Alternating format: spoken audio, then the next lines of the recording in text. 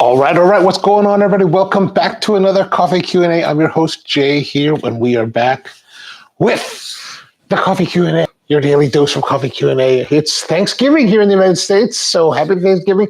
And if you're not familiar with Thanksgiving, Thanksgiving is the one holiday a year in the United States when most Americans will make a significant effort to travel to visit and be with family.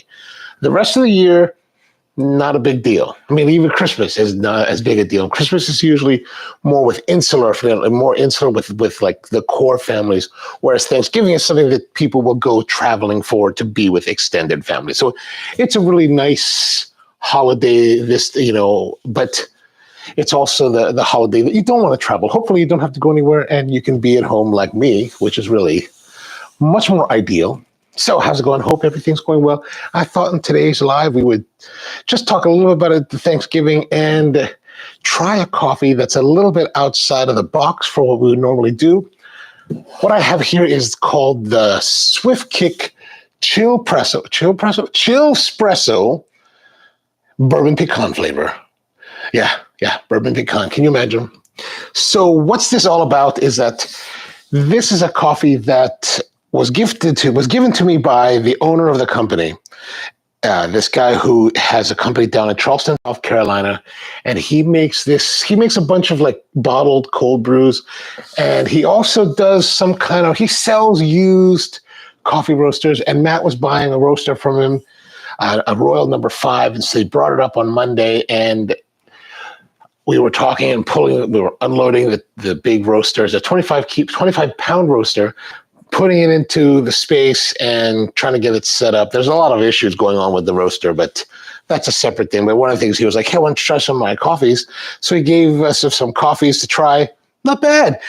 But this one, the Bourbon Pecan, seemed to be quite an interesting coffee to try. So I thought, let's give it a try on today's show, since it is Thanksgiving and Bourbon Pecan seems to be something that would be kind of fun to have. So let's have a look at it. We've got the Bourbon Pecan. We're going to get a glass. Now, he did say that it's best to have it with milk, so I did get some milk so we can try it this way. And yeah. But why Thanksgiving? Thanksgiving was a holiday that was developed by Americans to celebrate and give thanks for their bounty coming to the New World, which sounds like a great thing. Of course, it's all about the rape and pillaging of the land and of the Native American peoples and the decimation of their populations and wiping them out and subjugating them onto like really crappy places in the reservation. They call reservations, crappy lands that they can't really do too much with. And, my friends who are Native American, they quietly sit these holidays out.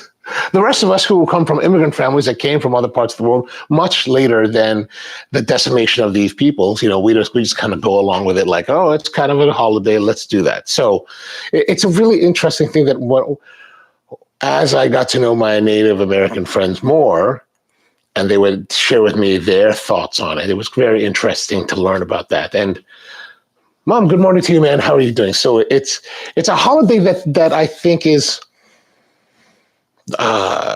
wonderful in certain respects, but also very complex. Well, not necessarily complex, but very, it is very, for certain people, it's a reminder of the rape and pillaging of their own people.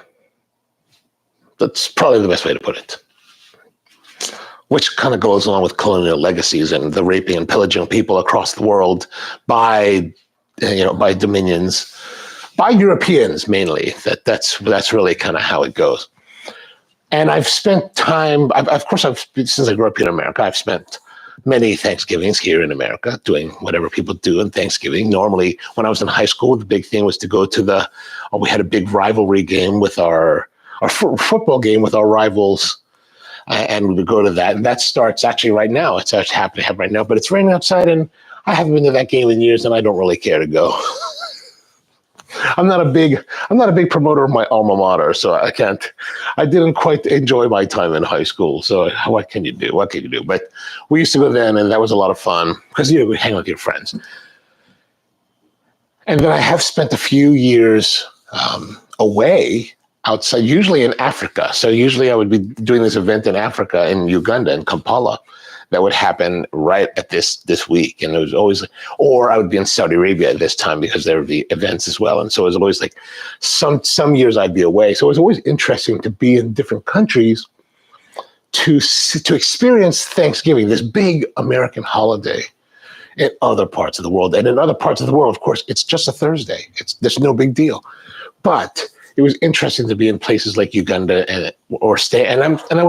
they put me in this hotel that was definitely the highest tier of hotel in the country, which was really a fabulous place to stay.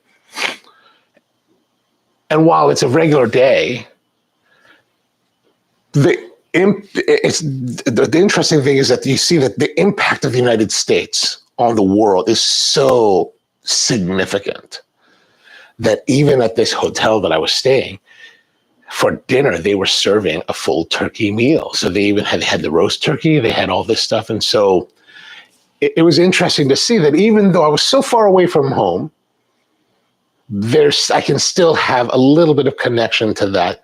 Whereas if I think about, let's say, like other nations, like my family's home nation, the Philippines, to have a major holiday like that, similar holiday like that, nobody pays attention to it. Or even like a major holiday that billions of people around the world celebrate. There's a holiday in the Muslim world called Eid, E-I-D. And I remember, like here in America, I never even heard of it, never even paid attention to it. But I mean, well, how could I pay attention? Never even heard of it. One year I was in Manila during the Eid, and it was like, yeah, it's a holiday. So what are you talking about? It's the Eid. There's like the Eid. What's that? They're like, it's a Muslim holiday. It's a huge Muslim holiday. I believe, if I remember correctly, it marks the end of the fasting, right? And so I was like, oh. And so it's really a big deal, but and so it's really interesting to see that even though I was in another country, far, far, far from home, there's still that reminder, but I could be here and in America, and there's a holiday that happens that so billions of people around the world, rather than 350 million, billions now celebrate. Had no idea. Very, very, very interesting juxtaposition. Naomi, happy Thanksgiving to you. Bourbon Pecan coffee. Yes, we have this Bourbon Pecan coffee. It's from Swiftkick, and it's called their Chill Espresso. Bourbon Pecan. So let's have a look here. It's really a simple process. Ingredients are water, 100% Arabica coffee. Shouldn't there be flavoring? Is there flavoring in this? I thought there was flavoring. Let me, before I turn that camera on, let me zoom in a little more. Yeah, so this, like I said, this is something that a guy gave to me, the owner of the company. Malcolm says, I can't stay, but I want to drop by and say happy Thanksgiving, but I hope you eat a lot. Oh, yeah, thank you, man. Thank you very much. We will be eating quite a bit. I actually got up 6:30 in the morning, or no, 6 o'clock in the morning, because I had to get this turkey into the oven by 6:30. So we're doing this big turkey. So here's a secret for next year. If you're looking for a turkey, wait until the very last minute. I didn't get the turkey until Tuesday. Tuesday, right? Tuesday. So Tuesday, go to Wegmans, looking for, and here's the problem. So you wait a long time. You're like, okay, I'm not, if you buy if you're buying frozen turkey, it's a bit cheaper. You can get it early and then like wait like 4 or 5 days beforehand. And then you let it thaw out in the fridge so that it comes up to temperature. First of all, let's continue. Let's do this. Let us pour some of this. You have to plug your own. I think you're right. All right, let's have a little taste of this. He said to me that this is okay. It's decent on its own, but it's really meant to be mixed with milk. So we're going to mix it with some milk in a moment. But let's have a taste of it. No, there is definitely a flavor aroma component. It's not just what it says on the label. So that's probably an issue. Like you can't just, I don't believe that the FDA regulations allow you to flavor something and not list flavorings on there, right? So that could be an issue for them. Definitely a bourbon character to it. A little bit of sweetness there, but not a terribly forward sweet kind of drink. Now, it's not bad. It's fun. What I thought about his coffees, the other coffees we tried, which were similar in character, and I forgot which ones they were, but they're similar, cold package and things like that, and different concentrations and different roast profiles. But they were actually not terrible. Like they were not terrible. And so this is pretty good. Pleasant. Now I'm gonna take this and mix it with some coffee. What do you call it? Milk. Some fresh milk here. Just regular old grocery store milk. Nothing too special. Now this particular drink is what's called RTD, ready to drink. So you can drink. It's not in a concentration, so that you can just chug a lug it if you want, or you can mix it in. Now by mixing it, you are diluting it more. So we'll see what happens. See how. Oh, did we look at the color?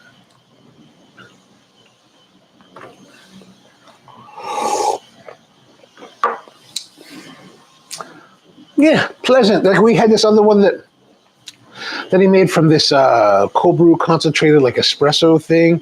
We mixed it with water, and it was pleasant. Like it's the milk. We heated the milk, on one of these like tabletop things. Steamed it up with some frothing. I forgot the name of the device. We actually shot a video of it, so it'll come out. But it was very pleasant. It was just very fun and enjoyable. Nothing really. If you want a fun, enjoyable, easy drinking, that's kind of it. Actually, maybe a little bit more concentration of the.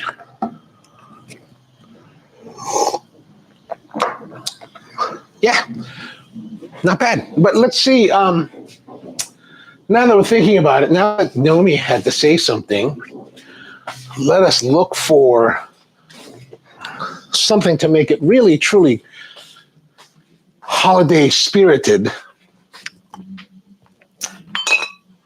Oh, yeah, here we go. Grab this bottle that was gifted to me. At least I think it was gifted to me, since there is a bow. We've got some Larceny here. We've got some Larceny 1871 small batch bourbon, 92 proof. It's mash. It's what's it called. It says wheated bourbon mash bill, whatever it says. Yeah, so we got this Larceny. We're going to take the Larceny, and we're going to get rid of this plastic cover. And we're going to put this in here to make it a proper Thanksgiving. Ooh, a little holiday tipple. Rusty's with us. What's going on, Rusty? Happy Thanksgiving to you. Oh, I'm glad you liked the choice. Mary says, I used your beans for my latte this morning, and it's delicious. Oh, I'm so glad. I'm so glad you're liking it. Really enjoyable cup of coffee. There's always a part of me that's always worried, like whenever people, like, give me feedback or tell me they've had the coffee. It's like, oh, will they hate it? There's always a part of me that worries that they will someone hate it. And it's just like whenever I meet people who have been guests in our shops, they'll come in, I'll meet them, they'll go, oh, I've been to your place. I was like, oh, I try to present a look that will not belie the concern that I truly have in the back of my mind. But there's always a part of me that's like, oh, how was your experience? It's like, oh God, what are they going to say? Happily, most of the time, people have had a very pleasant experience. So that's always a very good and positive thing. All right, let's have a taste of our bourbon, our Larceny laced Bourbon Pecan.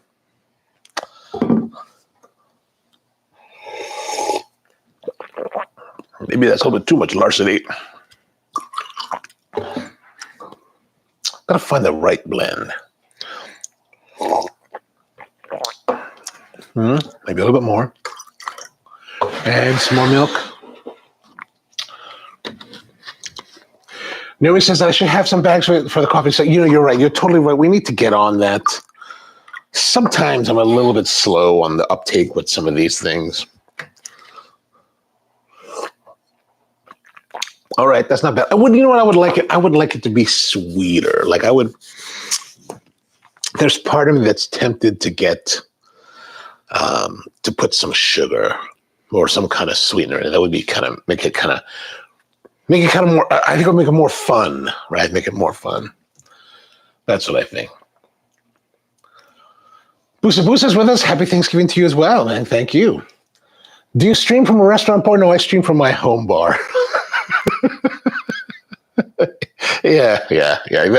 There was a time many years ago, and I was like, I need to make a bar that will have all the mixers I could ever want. We had this big party one year, and I was like, I need to do that. And I get these. Why I thought like that? And it's just. This is the psychosis that I have. It's like there's a psychosis, and it's like it's craziness. I don't suggest it. I don't. Yeah, it just looks nice. It's not really that. The bottles are empty. No, the bottles are full. The bottles. Who can drink all of this? It's like stupid. I really should give them away. I really should give a lot of this. There's a lot of liqueurs here, but at least now in the next couple of weeks, we're going to be playing around with more mixers because I'm getting ready to compete in the Coffee and Good Spirits competition where we mix coffee with alcohol. Maybe some of these will finally come into play. Like last week, we were doing some playing around with the bluesberry liqueur from De Kuyper, which was kind of interesting. We got to play around more. So good thing that's only 92 proof, says Rusty, and not barrel proof, which can be a book. You know, the barrel proof is interesting. I have this barrel proof, or I guess it's barrel proof. They call it the Navy cask or whatever from Maryland Rums. And it's actually 115. It's really strong, but it's really quite great complexity in the flavor. So today, like I said, I got up 6 o'clock so that I get the turkey in. And I mentioned that if you buy a turkey,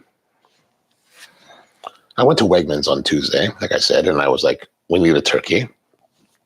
I'm not prepared. Because I haven't had to make the turkey in many years. My brother usually worries about that. Like, I'm kind of like, well, whatever. So this year, I was like, okay, I get the turkey. Go with the turkey. There's not much selection. Like, you think, I want a 13-pound turkey. Well, the only thing that's left on Tuesday before Thanksgiving are 20-pound turkey. So I was like, 20-pound turkey is $55 turkey. I was like, $55? But because it's Tuesday before Thanksgiving, they got to get rid of them. So that $55 turkey costs $13. So I was like, wow, crazy. But the problem is, so this turkey is wrapped. It says fresh whole turkey, 20 pounds. You're like, oh God, 20 pounds. Fresh, but fresh is all right. And it's Tuesday, right? If you have a 20-pound turkey and you need to thaw it in time for roasting on Thursday, you need 5 days. Right? If you're gonna properly thaw it in the fridge, you need 5 days. 5 days of thawing. So if you keep it in the bag and then you need to thaw it, you need 5 days. And then you need another day, 2, 3, 4, maybe too long, to brine it. So whether you're doing wet brine or dry brine, you need some time for that to happen. At least 24 hours, at the very least. So I'm like, oh my gosh, so fresh turkey. So fresh to me means that it's not frozen. Well, you open this bag up and you get this turkey out, and the turkey is frozen. Like maybe the outer layer is not, maybe the subcutaneous layer is like not frozen, but the interior is frozen. Like the wings are frozen to the body. It's like, what am I gonna do? What are we gonna do about this? This is terrible, right? This is a problem. I have 48 hours to make this turkey. So I'm like, okay, it's frozen. So let's see. I'm gonna season it up. So I made up a dry brine of coarse sea salt from South Korea, sugar from South America, which actually sounds really kind of nice, right? South American sugar, but really it's just Domino's stuff you buy at the grocery store. But the South Korean stuff you buy at the Asian market. And then herbs de Provence. Mix all that up, coat it, pat dry, coat it all up. And then what I did is I put it on a rack, left it out on the kitchen counter, wrapped it very loosely with cling film, and I left it out for most of the day. on Tuesday, into Tuesday night. Like around 1 a.m., I put it in the fridge. But I wanted to do that to kind of kickstart, hopefully, the thing. Now, you could do like water bath, right? You could put it into a water bath, and some people will take water baths and they'll put the big turkey in a water bath and then just let it sit. The problem is, though, that if you don't have enough water, or you're not changing your water quick enough, right?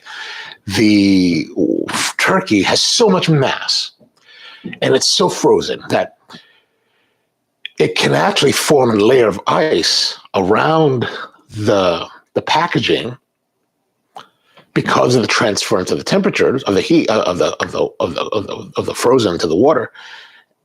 That it creates an insulating layer, so the water is not. The idea with this is that you're trying to use the water to pull the cold out of the meat.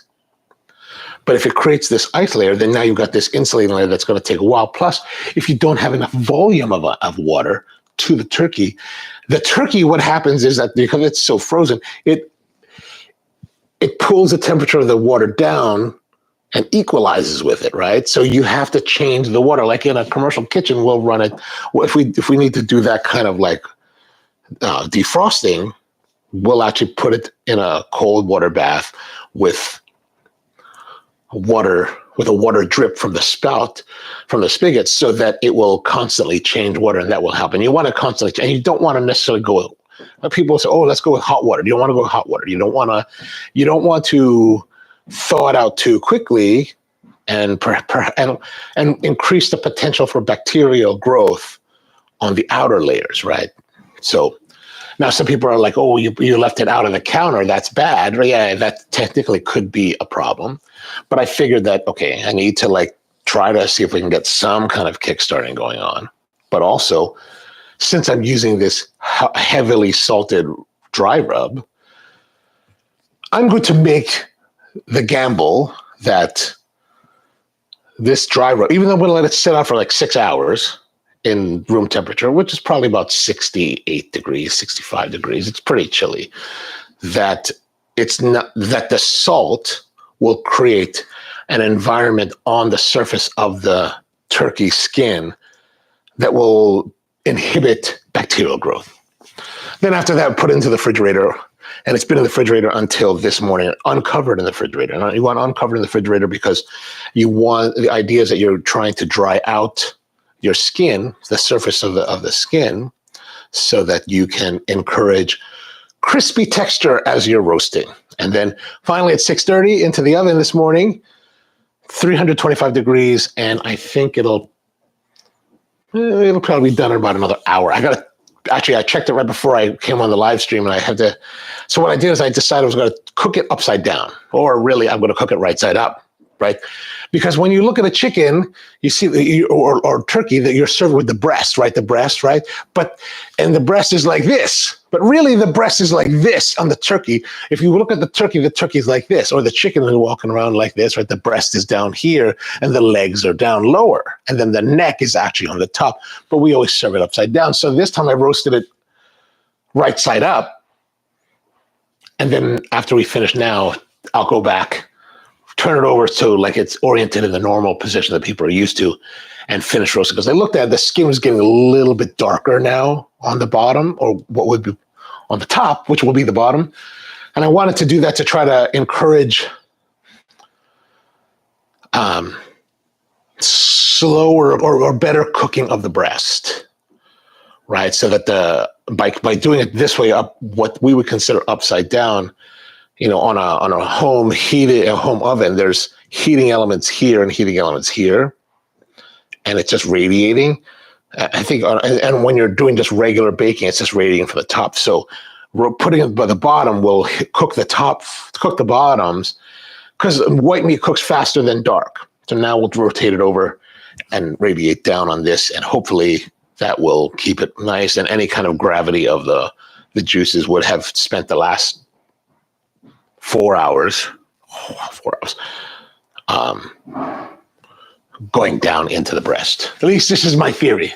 Free range, happy turkey day to you as well, man. Good to see you. So that's that's one strategy for doing your turkey if you haven't done your turkey yet. But definitely for next year, consider waiting until the last minute, till Tuesday before Thanksgiving, so 2 days ago, to go and buy your turkey, because if you go to Wegmans, they're going to have it at a steep discount to blow them out. Which also, like, and here's the thing, when you make turkey, like I think most of the time in America, people don't like turkey because turkey is terrible. Like, it's terrible. People just butcher it like just horrible. But I found that when you are able to cook the turkey to perfection, temperature wise, oh man, it is so good. Like, I remember the years that we were able to do it correctly, like really well. It was like, oh my God, I got to tear into it. Then we also would do things like we're doing roasting this year, but I've done frying over the years, and frying can have excellent results. But again, it's always about controlling your time and your temperature and understanding that. And the last time we did the frying method, which was 2 years ago, we miscalculated. We went too long. So frying a turkey should take about 30 to 45 minutes, which is great because today is like a four, possibly 6 hour odyssey. This one is so much easier by frying. But the thing is, you've got all this, you got to get a special fryer. You've got to have 5 gallons of oil, which peanut oil costs quite a bit much, right? So you save time, but it costs you more financially. So it just kind of depends what you want. But you get this beautiful crispiness, and the way that it fries is so delicious. It can be so delicious. But the problem is that if you go too long, and it's true, any kind of cooking of turkey, if you go too long, it's going to dry out your meat. And unfortunately, we went a little bit too long. And by the time we were pulling, and I miscalculated, so by the time we were pulling, I was like, son of a God. Last year, my cousin was hosting the Thanksgiving, so she actually ordered turkeys from Wegmans, which turned out to be all right, but not as good. Not as good as you can make it home. You just got to pay attention to the time. 155 degrees. So if you're probing, right, probe in the breast. So probe in the breast, probe in the thigh, 155 degrees, stop. Actually, you could probably stop at 150 degrees Fahrenheit. Stop, take it out, sit it down. That turkey will continue to cook over the next, 20 minutes to an hour, and it will rise to the 165 that you want. And it should give you just perfection. Actually, I got to go gun it this morning. Naomi says, even back when I ate meat, I never cared for turkey, but deep fried was quite, yeah. And I think a lot of people don't have great thoughts about turkey because most of the time it's being butchered, like when you have, like, when you don't know, like, you've had turkey and it's dry, the breast meat is dry. It's like, you need the gravy because that's the only like moisture you're getting on the meat. It's terrible. It's truly terrible. It's truly horrific, right? Like, so many people today are going to be eating turkey and it's going to be terrible. Who knows? My family might be one of those as well, depending on how much I muck it up in the next 2 hours. So, yeah, who knows? No matter how many times we cook, you can always make things wrong, right? So, Busa says, I spatch cook and cook until 155 internal breast temp. Most of the times I'll smoke it. Yes, smoking can be really nice. The only thing that I think that what I miss the most about when we smoke the turkeys, and I haven't done smoked turkeys in quite a number of years now, but it just doesn't have that crispy skin. I love the crispiness of the skin, and that's the only thing that's missing from the smoked turkey. But I've got a pretty big smoker, right? I've got this. I used to be a partner in a barbecue shack. We had these smokers, and so when that business ended, my business partner took one. We had 2 smokers, 2 big commercial smokers. He took one, I took the other, and I was like, we got a smoker now. So I've got great capacity for, like, I think we can fit 4 turkeys in this smoker, so it's pretty big. But yeah, it's just a lot to set up. So I'm like, I haven't smoked in a while. I need to, actually, I think the AUG, so it's a pellet driven smoker, like these Traeger smokers. Actually, it uses a Traeger mechanism if you're interested to know it's called, the Fast Eddies, the FEC 100. And it's a pellet smoker, all stainless steel, big box. And the auger, I think, needs to be rebuilt. I think it was like jamming last year. So I need to I was going to work on it this summer, but I just never got around to it. So over the winter, I got to really go in there, clean it up, make sure it works properly, because it would still spin. But I think when it comes under load, there's enough buildup of pellet dust and whatever gunk inside the tracks or inside the gearing that probably is mucking up. I mean, the roaster is now the smoker is now nearly 20 years old. So it's like this business we had in 2005. So it's been quite a long time. But the spatchcocking, I like that method. I like that method. Booster says you have to let it sit out in the open in the fridge for about 2 days. Helps the skin dry. I totally agree with you. Totally agree. And then crank up the temp during the last hour. Yeah, that's right. We got to do that too. All right. Actually, which reminds me, I probably should go at a 10 to the turkey.